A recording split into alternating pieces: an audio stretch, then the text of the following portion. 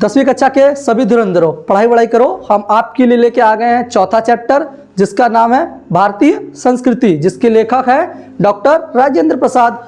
तो यह गद्यांश है, यह 5 साल लगातार पेपर में पूछा गया गद्यांश है। ठीक है, तो देखते हैं यह गद्यांश पहली बार कब पूछा गया था। पहली बार 2013 में, फिर उसके बाद 2015, उसके बाद 2020, फिर 2022, फिर 2024, मतलब इसके पिछले साल वाला जो पेपर था उसमें पूछा गया यह प्रश्न है। ठीक है, तो देखते हैं गद्यांश क्या है। गद्यांश यह एक नैतिक और आध्यात्मिक स्रोत है जो अनंत काल से प्रत्यक्ष या अप्रत्यक्ष रूप से इस सारे देश में बहला रहा है।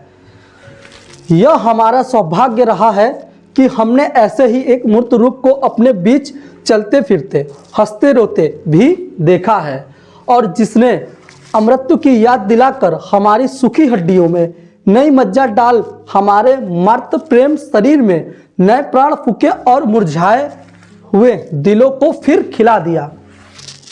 देखते हैं, वह अमृत तो सत्य और अहिंसा का है। ठीक, तो देखते हैं प्रश्न क्या है। पहला प्रश्न का उपरोक्त गद्यांश का संदर्भ लिखिए। संदर्भ, तो जैसा कि आप लोग कक्षा 9 में आए होंगे तो आपको संदर्भ लिखना बताया गया होगा। यदि कोई भी बच्चा इस वीडियो को डायरेक्ट देख रहा है तो जिसको संदर्भ नहीं लिखने आता तो घबराने की कोई बात नहीं, यहाँ पर संदर्भ बताया गया है। ठीक है, तो देखते हैं संदर्भ। तो देखिए संदर्भ कैसे लिखते हैं। प्रस्तुत गद्यांश हमारी पाठ्य पुस्तक हिंदी के गद्य खंड, देखिए गद्य खंड की बात कर रहा है तो गद्य खंड में संकलित भारतीय संस्कृति। जब आप चैप्टर का नाम लिखेंगे तो पेन को क्या करेंगे, चेंज कर देंगे। जैसे यहाँ पर हमने मार्कर को चेंज किया है, ब्लू से लिख रहे थे तो क्या कर दिए, रेड। तो आप वहां से जब ब्लू पेन से लिखेंगे तो आप क्या करेंगे, ब्लैक पेन कर देंगे। और इन्वर्टेड कॉमा के अंदर नामक पाठ से लिया गया है, जिसके लेखक, अब देखिए गद्यांश में बात किसकी होती है, लेखक की। तो देखिए जब आप लेखक का नाम लिखेंगे तो जब लेखक का नाम लिखेंगे तो क्या करेंगे, पेन को चेंज करके ब्लैक पेन से लिखेंगे, डॉक्टर राजेंद्र प्रसाद जी हैं। इतना तो हो गया हमारा संदर्भ 2 नंबर का।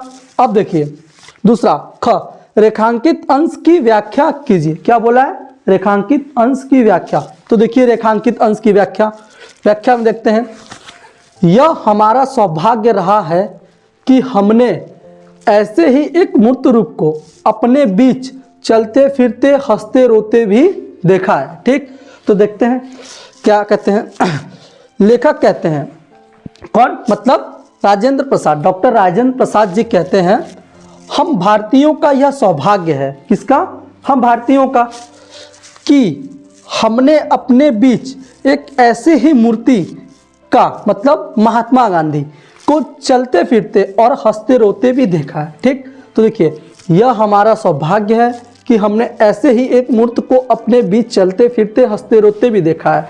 तो किसकी बात की जा रही है, लेखक यहाँ पर किसकी बात कर रहे हैं, महात्मा गांधी की बात कर रहे हैं कि यह हम भारतीयों का सौभाग्य है कि हमने अपने बीच एक ऐसे ही मूर्त रूप को देखा है। मतलब महात्मा गांधी की बात कर रहे हैं कि चलते फिरते हंसते रोते क्या करते हुए देखा है, जिसने क्या, अब देखिए अगला पैराग्राफ, और जिसने अमृत्यु की याद दिलाकर हमारे सूखी हड्डियों में नई मज्जा डाल हमारे मर्त प्रेम शरीर में नए प्राण फूके।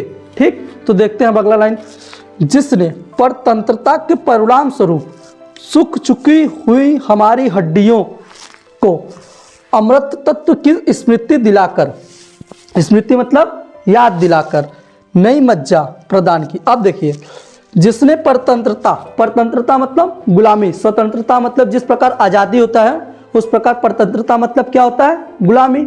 जिसने गुलामी के परिणाम स्वरूप सूख चुकी हमारी हड्डियों को अमृत तत्व की स्मृति मतलब याद दिलाकर नई मज्जा प्रदान की। अब मज्जा क्या है, जैसे साइंस में आप लोग पढ़े होंगे, मज्जा क्या होता है, ऊतक। तो ऊतक की ही बात कर रहे हैं यहाँ पर, मज्जा।